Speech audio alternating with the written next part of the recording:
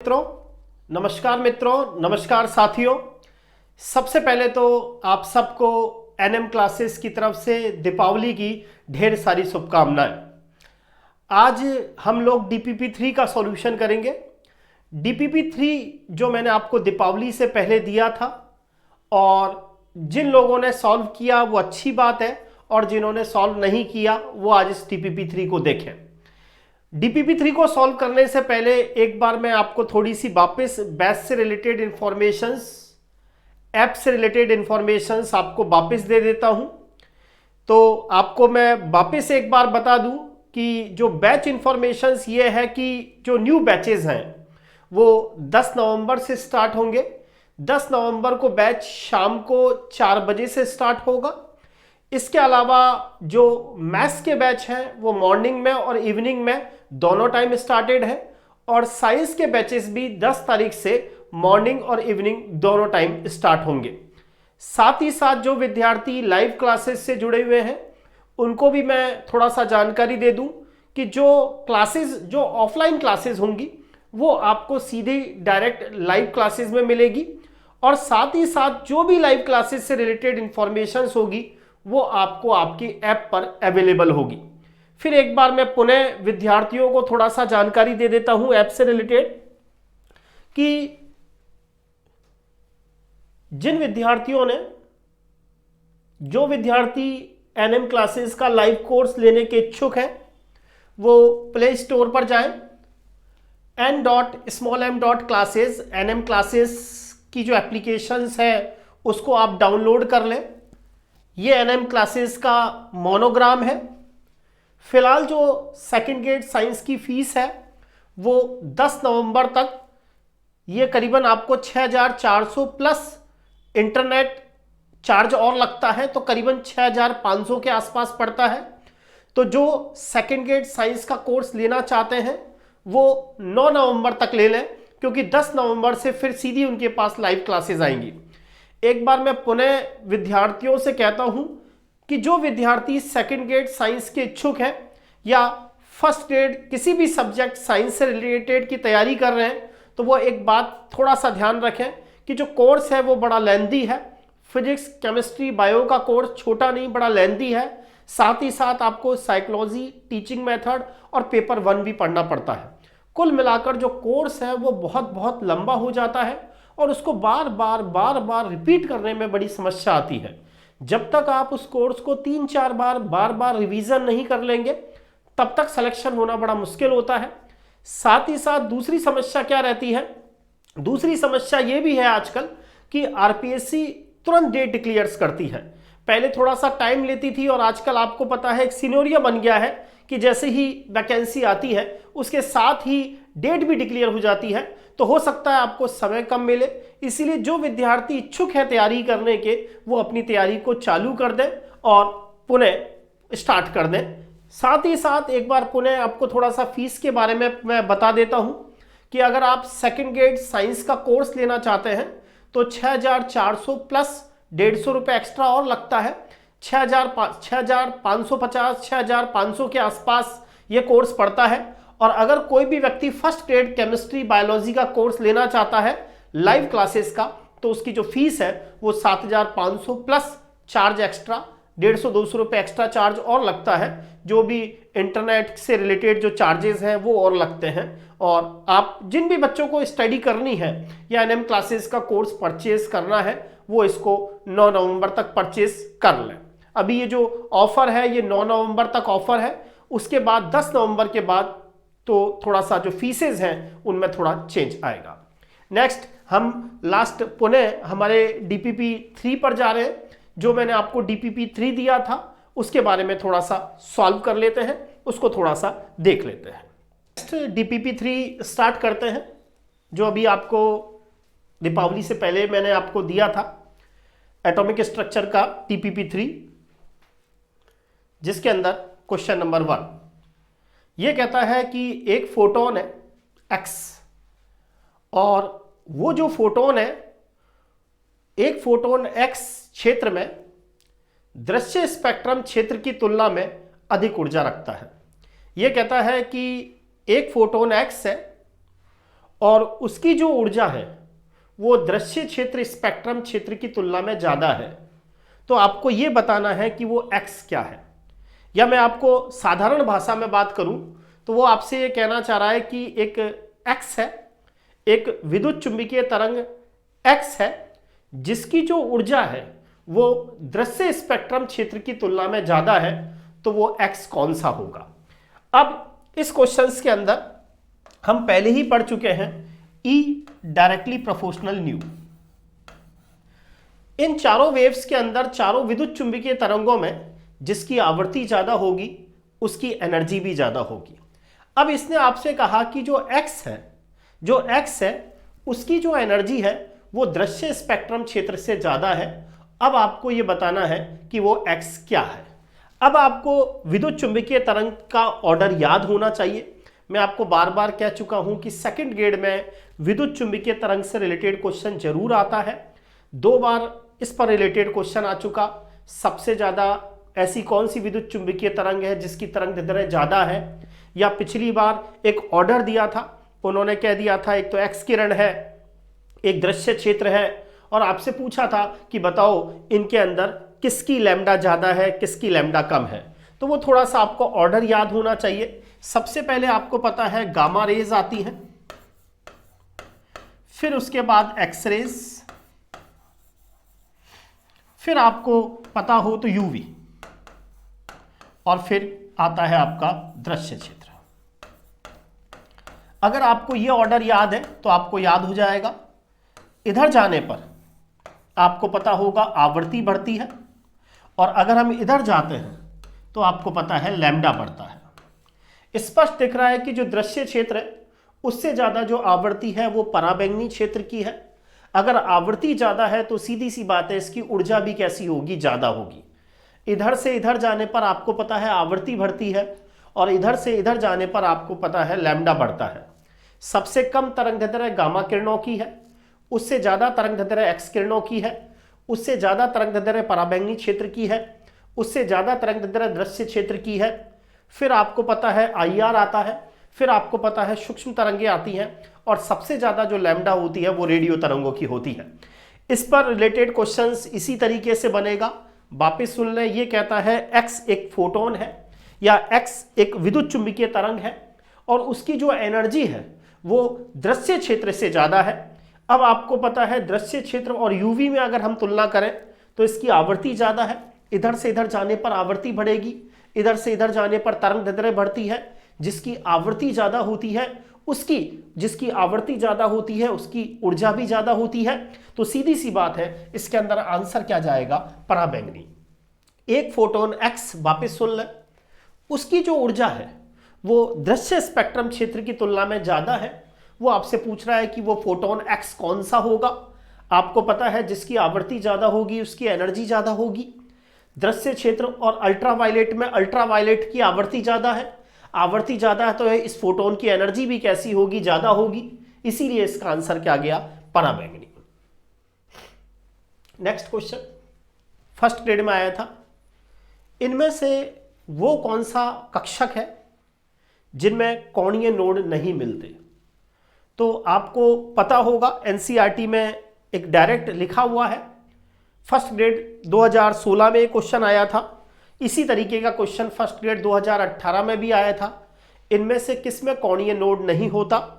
तो कोणीय नोडों की अगर आपको संख्या निकालनी है तो कोणीय नोड बराबर स्मॉल l के कोणीय नोडों की संख्या दिग्गंसी क्वांटम संख्या के बराबर होती है। आपको पता होगा जो s कक्षक होते हैं उनके लिए दिग्गंसी क्वांटम संख्या का मान 0 होता है, इसीलिए इनके लिए कोणीय नोड का मान भी क्या होगा, 0 होगा। p कक्षकों के लिए कोणीय नोड की संख्या 1 होती है, d कक्षकों के लिए कोणीय नोड की संख्या 2 होती है, और s कक्षक के लिए कोणीय नोड की संख्या क्या होती है, 0 होती है। नेक्स्ट क्वेश्चन आपसे कह रहा है कि जो इलेक्ट्रॉन है वो s कक्षक में है, और आपसे पूछा जा रहा है कि इलेक्ट्रॉन s कक्षक में है और आपको कक्षीय कोणीय संवेग निकालना है। तो s कक्षक में अब देखिए कोणीय संवेग निकालने के 3 तरह से क्वेश्चन बनेंगे। एक क्वेश्चन इस तरह से बनता है कि मान लीजिए इलेक्ट्रॉन 5वीं कक्षा में है, तो बताएं कोणीय संवेग क्या होगा। तो आपको पता है फॉर्मूला लगाते हैं mvr बराबर NH/2 पाई। अब यहां पर आपसे कह रहा है कि जो इलेक्ट्रॉन है वो s कक्षक में है। अब आपको बताना है कि उसका कोणीय संवेग क्या होगा।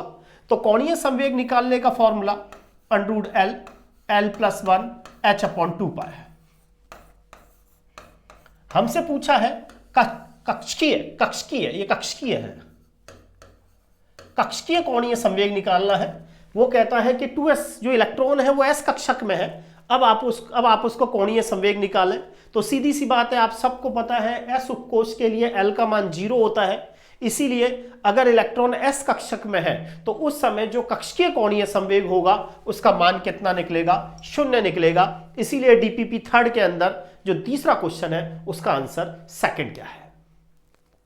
नेक्स्ट क्वेश्चन, आपको बताना है इनमें से कौन सा क्वांटम सेट मान्य है। ऐसे क्वेश्चन को जब आपको सॉल्व करना हो, इनमें से कौन सा क्वांटम सेट मान्य है, कौन सा क्वांटम सेट मान्य नहीं है, तो सबसे पहले तो हमेशा ध्यान रखें n का मान L से बड़ा होगा। n मुख्य क्वांटम संख्या हमेशा दिग्गंशी क्वांटम संख्या से बड़ी होती है। इस बेसिस पर थर्ड और फोर्थ तो वैसे ही गलत हो गए क्योंकि यहां n और L आपस में बराबर दे रखे हैं। फर्स्ट और सेकंड आंसर होगा क्योंकि n का मान हमेशा L से ज्यादा होता है। कभी भी n और L कभी बराबर नहीं होते। मुख्य क्वांटम संख्या हमेशा दिग्गंशी क्वांटम संख्या से बड़ी होती है। दिमाग में रख ले, नाना हमेशा लाला से बड़ा होता है। n का मान हमेशा L से बड़ा होगा। तो ऐसे क्वेश्चन को सॉल्व करने के लिए n बराबर 3 और L बराबर 2, n बराबर 3 और L बराबर 2, यानी आंसर फर्स्ट और सेकंड होगा। फिर आपको पता है जो m का मान होता है वो -L से +L के बीच में होगा। ये वाली बात भी सही है, m का मान -L से +L के बीच में होगा। तो m का मान -2, -1, 0, +1, +2 हो सकता है, बिल्कुल सही है। m का मान -L से +L के बीच में होगा, -2, -1, 0, +1, +2 हो सकता है। लेकिन आपको पता है जो s है, s आपको पता है यहां पर चक्रण क्वांटम संख्या है और s का मान या तो +½ होता है या क्या होता है -½ इसीलिए सेकंड ऑप्शन भी नहीं होगा, आंसर फर्स्ट होगा। इसीलिए उसने कहा निम्न में से कौन सा क्वांटम सेट मान्य है, आंसर फर्स्ट गया। ध्यान रखें n का मान L से ज्यादा होगा, s का मान या तो +½ होता है या -½ होता है, m का मान -L से कहां तक होता है, +L तक होता है। अगला क्वेश्चन आपको बताना है, ये वाला क्वेश्चन भी आरपीएससी फर्स्ट ग्रेड में आया था 2014 के एग्जाम में। इनमें से वो कक्षक जिसके लिए चुंबकीय क्वांटम संख्या m बराबर -1 है तो कौन सा कक्षक नहीं होगा। क्वेश्चन यह है कि इनमें से वो कौन सा कक्षक है जिसके लिए चुंबकीय क्वांटम संख्या m बराबर -1 नहीं होती। आपको पता है जो p कक्षक होते हैं उनके लिए m का मान -L से +L, -1, 0, +1 हो सकता है। d कक्षक का मान -2 से लेकर +2 तक हो सकता है। f कक्षक का मान -3, -2, -1, 0, +1, +2, +3 हो सकता है। लेकिन जो s कक्षक है उनके लिए आपको पता है m का जो मान होता है वो ऑलवेज क्या होता है, 0, क्योंकि m का मान -L से कहां तक होता है, +L तक, क्योंकि जो s उपकोष है उसके लिए L का मान 0 है, इसीलिए उसके लिए m का मान भी क्या रहेगा, 0 रहेगा। इस तरह के एग्जामिनर क्वेश्चन आपसे पूछ सकता है। अगला question very very important, Pauli का नियम। आपको पता है पाउली क्या कहता है, अभी एसीएफ के पेपर में भी आया, सेकंड ग्रेड में भी पूछ चुका। पाउली कहता है कि किसी कक्षक में, जब भी आ जाए कक्षक, किसी कक्षक में आपको पता है अधिकतम इलेक्ट्रॉन की संख्या 2 होगी और दोनों का जो स्पिन होगा वो कैसी दिशा में होगा, विपरीत दिशा में होगा। इसीलिए आंसर 4 गया कि जो p कक्षक है उनमें 2 इलेक्ट्रॉन आप भरोगे और उनका स्पिन कैसी डायरेक्शन में होगा, विपरीत डायरेक्शन में होगा। आपको पता है ये नियम किसका है, पाउली का। अगला क्वेश्चन, एक कक्षक जिसके लिए क्वांटम संख्या n बराबर 4 है, L बराबर 3 है और m बराबर 0 है और s बराबर -½ है, तो वो कक्षक कौन सा है। यहां से दिख रहा है ये n को बताता है, तो ये तो हो नहीं सकता, n बराबर 4 ये हो नहीं सकता, n बराबर 4, n बराबर 4। आप सबको पता है जो d उपकोष होता है उसके लिए L का मान 2 होता है और f उपकोष के लिए L का मान कितना होता है, 3 होता है। एस उपकोष के लिए एल का मान 0, पी उपकोष के लिए एल का मान 1, डी उपकोष के लिए एल का मान 2 और एफ उपकोष के लिए एल का मान 3। आपको पता है हर उपकोष के लिए एल का मान होता है, हर एल किसी ना किसी उपकोष को प्रदर्शित करता है। एल बराबर 0 एस उपकोष के लिए, एल बराबर 1 पी उपकोष के लिए, एल बराबर 2 डी उपकोष के लिए, एल बराबर 3 एफ उपकोष के लिए है, इसीलिए इसका आंसर चौथा गया। वही क्वेश्चन वापस रिपीट, उपकोष में अधिकतम इलेक्ट्रॉन की संख्या कैसे निकालते हैं। ये आपसे कहना चाह रहा है जैसे S है तो आप कहते हो S में मैं अधिकतम 2 भरता हूं, S2। P है, P में आपको पता है अधिकतम 6 भरते हो आप, P6, D10, F14। तो किसी उपकोष में आप कितने अधिकतम इलेक्ट्रॉन भरोगे, इसको निकालने का जो फॉर्मूला होता है वो है ब्रैकेट में 2 ब्रैकेट में 2l+1। ये आप इसको सॉल्व करेंगे तो इसका फॉर्मूला होता है 4l+2। जैसे S उपकोष है तो आपको पता है S उपकोष के लिए L का मान 0, वैल्यू पुट करोगे 4 × 0 + 2 बराबर 2, इसीलिए आप S उपकोष में अधिकतम कितने भरते हो, 2। P उपकोष के लिए L का मान 1, 4 और 2 6, P6। तो किसी उपकोष के अंदर अधिकतम इलेक्ट्रॉन की संख्या निकालने का जो फॉर्मूला होता है वो 2 ब्रैकेट में 2l+1 या 4l+2 ये फॉर्मूला होता है। नेक्स्ट क्वेश्चन, बहुत अच्छा क्वेश्चन। n बराबर 3 है लेकिन उसके अंदर जो त्रिज्यीय नोड है वो 1 है, उसके लिए कक्षीय कोणीय संवेग निकालना है। बहुत अच्छा क्वेश्चन है। यह कहता है कि जो n बराबर है वो तो 3 है लेकिन उस कक्षक के लिए जो त्रिज्यीय नोड है, जो रेडियल नोड है वो 1 है उसमें, तो वह कक्षीय कोणीय संवेग कौन सा होगा या उस इलेक्ट्रॉन के लिए कक्षीय कोणीय संवेग कौन सा होगा। वापिस सुने, वो ये कह रहा है कि इलेक्ट्रॉन एक ऐसी कक्षक में है, एक इलेक्ट्रॉन ऐसे कक्षक में है जिसके लिए n बराबर तो 3 है और उसके अंदर त्रिज्यीय नोड 1 निकलता है, त्रिज्यीय नोड 1 है।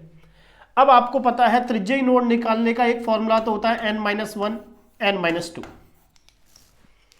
n-1 हम उनके लिए लगाते हैं, S कक्षक के लिए जब त्रिज्यीय नोड निकालने हो तो फॉर्मूला n-1 लगता है और P कक्षक के लिए त्रिज्यीय नोड निकालने का फॉर्मूला n-2 लगता है। यहां वो कह रहा है अगर मान लीजिए n बराबर 3 में यहां लगाऊं तो 3 में से 1 गया तो 2। अगर ये 3s होता तब तो त्रिज्यीय नोड की संख्या 2 होती, लेकिन वो आपसे कह रहा है कि त्रिज्यीय नोड की संख्या कितनी है, 1 है। तो इसका मतलब n बराबर अगर मैं 3 लगाऊं, 3 में से 2 गया तो क्या 1, इसका मतलब ये 3p कक्षक है। वापिस सुन लें इस क्वेश्चन को, बहुत अच्छा क्वेश्चन है। ये कहता है कि n बराबर 3 है, ठीक है, n बराबर 3 है। 3 का मतलब 3s भी हो सकता है, 3p भी हो सकता है, 3d भी हो सकता है। अब वो कहता है कि इलेक्ट्रॉन का आपको कक्षीय कोणीय संवेग निकालना है। वो तो ठीक है, फॉर्मूला में √L+1h/2π लगाना है, लेकिन समस्या ये है कि इस समय इलेक्ट्रॉन कौन सी कक्षक में है, s में है या p में है। अगर s में होता तब तो 0 आ जाता, अब p में है या नहीं है तो कैसे पता लगे। ये कहता है कि साहब वो n बराबर 3 है और उसके अंदर त्रिज्यीय नोड कितना निकल रहा है, 1। तो इसका मतलब वो n-1 फॉर्मूला लगेगा या n-2, n-2। और n-2 किसके लिए लगता है, p कक्षक के लिए। इसका मतलब ये 3p कक्षक की बात कर रहा है। अब आप फॉर्मूला लगा दोगे √L+1h/2π। अब आपको पता ही है जो p कक्षक होता है उसके लिए l का मान कितना है, 1 और 1 2, तो √2h/2π। ऐसा ऑप्शन थर्ड है, इसीलिए इसका जो आंसर है वो क्या गया, थर्ड गया। नेक्स्ट क्वेश्चन, l बराबर 1 है और n बराबर 3 है। अब आपको पता है l बराबर 1, l बराबर 1 कौन से उपकोष के लिए है, p उपकोष के लिए है। तो p उपकोष के लिए है तो p उपकोष के अंदर जो px, py, pz कक्षक होते हैं उनके लिए l बराबर क्या संभव है, 1। px के लिए 1 संभव है, py के लिए, pz के लिए, इनके लिए l बराबर 1 संभव है, लेकिन s के लिए तो l बराबर क्या है, 0 0 0। तो ये 3 ऑप्शन तो हो ही नहीं सकते, तो आंसर क्या जाएगा, 4th जाएगा। मैं उम्मीद करता हूं आज का जो डीपीपी का जो सॉल्यूशंस है, नेक्स्ट इसका सॉल्यूशन आगे वाली क्लास में मैं कल कराऊंगा और मैं उम्मीद करता हूं आपको ये सॉल्यूशन समझ में आया होगा। आज के लिए थैंक यू। और मेरा सभी स्टूडेंट्स से यही कहना कि अगर आपको एनएम क्लासेस के ये सॉल्यूशन समझ में आ रहे हैं तो आप चैनल्स को ज़्यादा से ज़्यादा लाइक करें, ज़्यादा से ज़्यादा सब्सक्राइब करें और हमारा मोटिवेशंस बढ़ाएं और हमें इंस्पायर करें और हमें भी मोटिवेट करें।